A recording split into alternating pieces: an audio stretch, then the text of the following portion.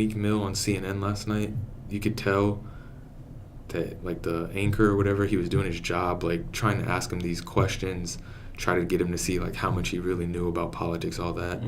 Every time Meek Mill spoke about his life, and, like, the anchor didn't really interrupt because he was telling a story. And you can tell, maybe the anchor didn't really care, but you can tell that, like, Meek was passionate about it, so he let him speak about it because he wasn't just rambling. It's like some random shit off, like, oh, these black kids get killed, like, this percent of the time. No, he literally is talking about how, like, he had to sell cocaine and get a gun when he was a kid because he saw, like, 7 deaths when he was 13. Like, you can't really argue that. Like, people are judging him because he's, like, went to prison and all that, but he explained why he went to prison. And it's just, like, some real shit. Right, yeah. He comes at you with reality. And the anchor, like, usually you see that, they just argue. It's a weird... The anchor didn't say anything. It's a weird move for CNN to bring Meek Mill. Yeah. I don't know I feel like they try to... I feel like their intention was to just test him, see how much he really knew. They're going to try and roast him? Yeah. I wonder why he decided to go on, too. Well, his whole album was about, like, prison reform and stuff because he got locked up and then got taken out. Right. He's been on probation for 11 years. That's mainly what it was about. Probation? And he said the first time he got arrested, which that's when he got put into the system and he never got out since.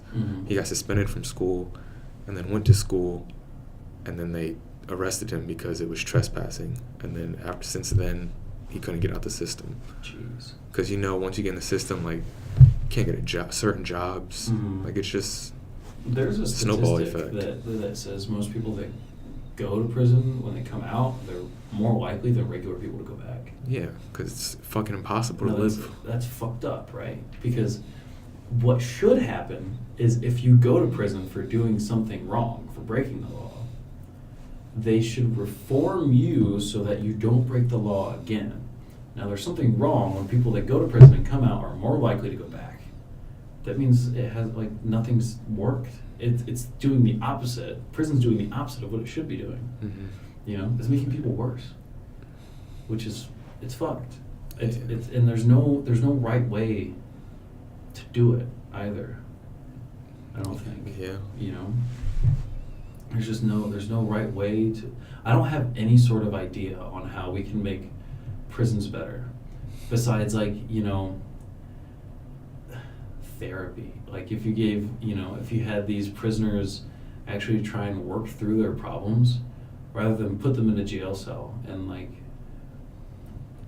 that's it, you know, you put them in the jail cell, they feed them, they get out for like an hour a day, and the rest of the day they're just stuck in there. 4 walls and a cellmate usually. It's just going to make them angrier. And a more part violent. of it that would help is what I think we talked about earlier, how we keep going, like, referring to, like, old shit, like old philosophers, and in the judicial system they refer to, like, old court cases and stuff. They relate this case to, like, something from, like, the 40s. Right. They don't really take the time out and look at this case by itself, you know, like, look at the what is it called when they're about to go to jail, the suspect or whatever. They don't look at, like, the suspects, like, the whole, I mean, every case is different, but, like, the whole reason of why he did things, all that shit. Like, they're not very lenient with any, like, on a human level. And I think it happens so often that now the court system is just like, it's like, you know, you get arrested, boom, boom, boom, prison. You know, it's like a there's template. There is a template to it, and there's a specific way that they do it so that it happens like that. They don't ever take the time to look and like really truly judge each individual on their own morality, because how do you do that? You know, You just gotta take the time out. How do you judge that? I mean, they have, like, a therapist and people who can, like, really good at, like, reading people's minds and shit. They can do that in a different way. Right. They can look at them and sort of, you know, like, if they had a therapist, you know, work with them, the therapist can kind of pick apart, like, why you did what you did and who, like, you really are. So there was a crime, or there was a shooting that just happened here in Fort Wayne over Thanksgiving. 5 people were shot, 3 people were killed, and guy who did it works with this girl that I know, or worked. They caught him. And then the other guy was a kid that I went to middle school with. Damn. Played football with him, right? And so we were talking about it, and I was sort of thinking, like, you know, this kid that I knew in middle school, like, is he still the same person that he was in middle school? Because we were kind of friends. Like, we played football together. I was strong side, he was weak side, right? And you know, we were linebackers, and he was a running back too. So like every time we practiced, you know, we were always tackling each other, and we got, you know, we were sort of friends for a while. And I just, you know, started thinking, like, where along the line did he make the choice to be where he was that day? You know, because the reports say he didn't have a gun. This kid that I went to middle school with, he's on the run now. They don't know where he is, but they're looking for him because he's an accomplice. You know, Mm-hmm. he's an accomplice now. The guy he was with shot 5 people, 3 of them like in the head, and so they're looking for him now. So you're saying, like, when you knew him, he wasn't, you would never expect that? So Mhm. you're asking, like, what caused that? Yeah, like, where in life, you know, I'm almost positive that it's equal parts nature and nurture, right? So it's equal parts where he was born and grew up and lived, and equal parts who raised him and who he was around. But then at the end of the day, like, it comes down to the decision that he makes. You know, he decided to be there. No one forced him to be there. He decided to be there.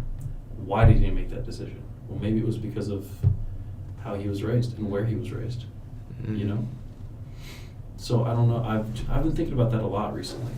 And with Meek Mill, like, you know, he's been in the system for so long, you know. Maybe Meek Mill's actually, like, a decent guy. Maybe he's a really good guy, and he just gets thrown into this shit. Everybody is. Nobody's born evil. I think people are inherently good. I really, truly do. I run into some people at work who tell me otherwise, and that Jesus is put here to save us from our own evil selves.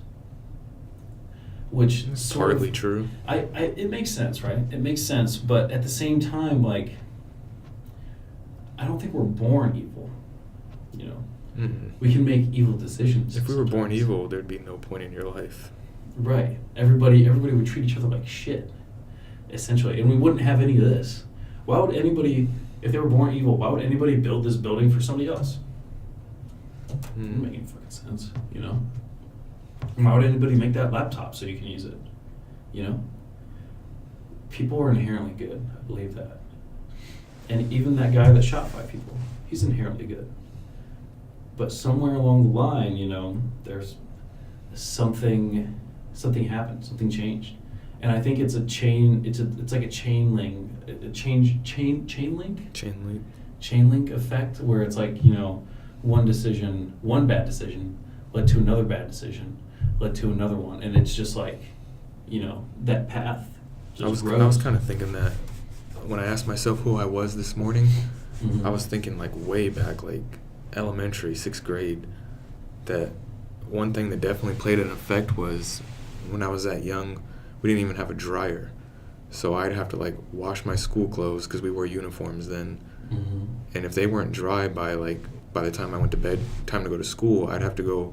I remember going to school with, like, wet socks or a wet shirt. Really? And just that, like, that little instance alone, Mhm. it happened for a few years. Like in my subconsciously at school, I'm like, damn, like, I'm wearing wet socks. Like, do they stink? You know, like, Right. just like Mhm. little thoughts like that, just like built up insecurities and stuff like right, that. for sure, yeah. It's just a whole bunch of shit can just add up. Yeah, and that's nature, you know. You couldn't afford to buy a dryer at that age. Yeah. You know, it's not your fault you had to go to school with wet socks. It's nobody's fault, really. You know, I mean, maybe you could, even if you hung them up to dry outside, you know, maybe they're still not. I mean, you could Dry blame the my next mom day. too, but then if you talk to my mom, she probably went through worse than I did, which Right. caused her to, you know what I'm saying? Like, I know your mom, but I don't know your mom. And I know she did a lot for you guys. I've been learning a lot about my mom since I moved out. Really? I never really had talks until I moved out. I came to the realization the other day that I sort of feel responsible for, like, where my mom is right now. but I can't carry that bag. You know, that's something that I have to set down because I have no control over the actions that she takes. Mm-hmm. You know, I just don't. Like, she never had a full-time job, and she would tell me that her full-time job was caring for us. Like, we were her full-time job, right? And that made me feel like shit. See, I felt don't think you terrible. should not even like 1 ounce feel responsible for where she is, Mhm. but you should kind of take the part of making sure she can have better, Right, like do yeah. better for her. Right, like I want her to do better. But know? you had nothing to do where she is No, at all. and I can't even affect where she's gonna go. Like, I can tell her, like, you know, maybe you should do this, you know, or maybe you should do that. Like, I can suggest to her how to, you know, try and put herself in a better scenario. But if she doesn't take my advice, you know, there's literally nothing else I can do. And so that bag, you know, I've been carrying that bag around for I don't know how long. So it's just something that I can set down now and kind of release that weight a little bit. I feel you. Our moms aren't like specifically the same, but like kind of the same background. Yeah, our moms are Same very lives. similar. Yeah. It's weird. Like my mom fucking raised 5 kids, working where she works with that little money, and I Mhm. never really felt poor, even Right. though we were like we could get food stamps and shit. We were Mhm. poor, but I Right. didn't really feel poor. Mhm. So I just like commend her. Yeah. That's a lot. Moms do a lot of work. It's hard to be a mom. It's really fucking hard. Yeah. It's really fucking hard. That's a lot of just a lot of shit on your plate. It is. So yeah. much, especially when you have more than 5 kids. Mm-hmm. That's a ton, dude. It's a ton. I almost feel like I don't thank my mom enough for everything Yeah. she's done, you know? Yeah, I definitely don't. I should do that.